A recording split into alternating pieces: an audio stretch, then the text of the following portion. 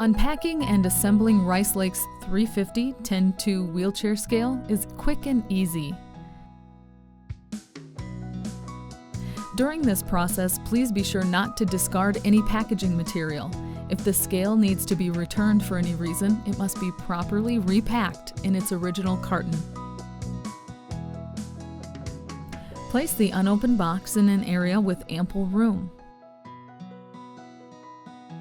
Locate the operator's manual and set it aside, as it provides step-by-step instructions for correctly operating the scale. Use assistance to remove the scale from its packaging material. With a minimum of 2 people, lift the scale by its base out of the box. Caution: do not lift the scale by the handrail, as this may cause damage. Gently set the scale platform on the floor.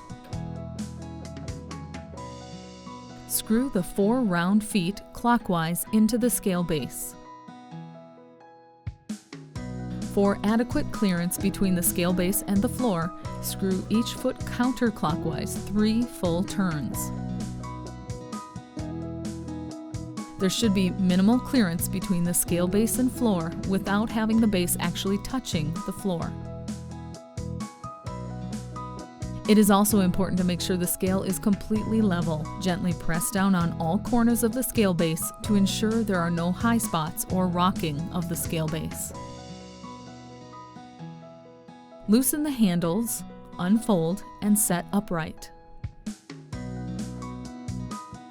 Tighten the 2 hinges by rotating the handles. This will secure the handrail mounted indicator.